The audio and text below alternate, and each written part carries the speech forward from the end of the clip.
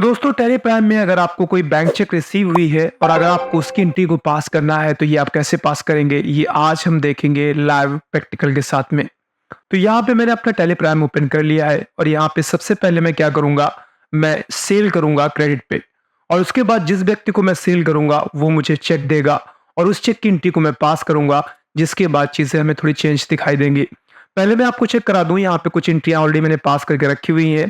अगर मैं यहाँ से ऑल्ट एंड जी प्रेस करता हूँ और ऑल्ट जी प्रेस करने के बाद यहाँ से मैं डालता हूँ बिल्स रिसीवेबल। बिल्स रिसीवेबल डालने का मतलब होता है कि मैं यहाँ पे ये चेक कर रहा हूँ मुझे किस व्यक्ति से कितने पैसे लेने हैं।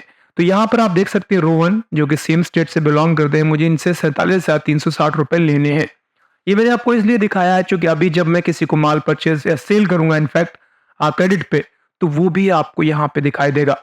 फिर मैं आपको ये दिखाऊंगा जब हमें उससे चेक के रूप में या कैश के रूप में जैसे पैसे मिलते हैं, तो जब मैं उस एंट्री को पास करूंगा तो क्या इसके बाद वहां यहाँ पे आपको वो दिखाई देगा या नहीं। तो मैं फिलहाल अब जाता हूं और मैं सबसे पहले क्या करूंगा, मैं एक क्रेडिट सेल की एंट्री पास करने वाला हूं। तो इसके लिए मैं जाऊंगा वाउचर पे और वाउचर पे जाने के बाद मैं यहाँ से ऑल्ट एंड सी करता हूँ और मैं एक लेजर बनाता हूँ। मान लीजिए मेरा लेजर का नाम है राजू डेप्टर। ये मैं जानबूझ के डेप्टर लेकर आऊँ जस्ट टू नो। इसके बाद मैं यहाँ पे डालता हूँ संडी डेप्टर, एंटर प्रेस कर देता हूँ और मैं आपको दिखा दूँ यहाँ पर इसका जो स्टेट है वो उत्तर प्रदेश है, इंडिया है। इसका मतलब ये होगा कि जो भी मैं इसको माल बेच रहा हूँ वो सेम स्टेट में ही जाने वाला है, क्योंकि मेरी जो कंपनी है वो उत्तर प्रदेश की ही है। खरीदने वाला और बेचने वाला अगर सेम स्टेट के होते हैं तो ऐसे में सी और SGST कैलकुलेट होता है और वही इस्तेमाल किया जाता है। मैं फिलहाल यहाँ से कंट्रोल लेकर के आगे बढ़ूंगा और कंट्रोल लेकर के मैं आगे बढ़ते हुए सेल पे आता हूँ। अब मान लीजिए मैं इनको ACC सीमेंट ही सेल कर रहा हूँ 100 बोरियां और इसका रेट जो है यहाँ पे पड़ गया है। मैं एक बार और इंटरप्रेस करता हूँ और इंटरप्रेस करता हूँ। अब मैं यहाँ से इनपुट CGST लेता हूँ जो कि 14% है, वो यहाँ पे आ गई है। और मैं इनपुट SGST लेता हूँ जो कि 14% है। यानी अगर हम इस बिल को पूरा प्रॉपरली देखेंगे तो 47,360 रुपए का ये बिल बना है और ये क्रेडिट सेल है। क्रेडिट सेल क्यों है? क्योंकि राजू ने अभी हमें एक भी रुपए नहीं दिए हैं। अगर मैं इस एंट्री को पास कर देता हूं मैं यहाँ से मैं कंट्रोल ए करके, और अब हम देखेंगे तो हमें राजू भी दिखाई देंगे वहां पे। ऑल्ट एंड जी करता हूं मैं और यहाँ पे मैं डालता हूं बिल्स रिसीवेबल। रिसीवेबल मतलब वो पैसा जो हमें प्राप्त होना है। तो अब यहाँ पे देख सकते हैं 47,360 रुपए मुझे राजू डेप्टर से लेने हैं। अब मान लीजिए राजू डेप्टर आपको 47,360 रुपए की चेक देता है, तो आप उसकी एंट्री को कैसे पास करेंगे और उस एंट्री को पास करने के बाद क्या हमें यहाँ राजू डेप्टर दिखाई देगा या नहीं दिखाई देगा, चलिए देखते हैं। इसके लिए मैं यहाँ से फिर से बाहर जाऊंगा और मैं वाउचर पे ही जाऊंगा। अब राजू डेप्टर जब हमें पैसे देगा तो सीधी सीधी बात है वो रिसिप्ट वाउचर में जाएगी एंट्री।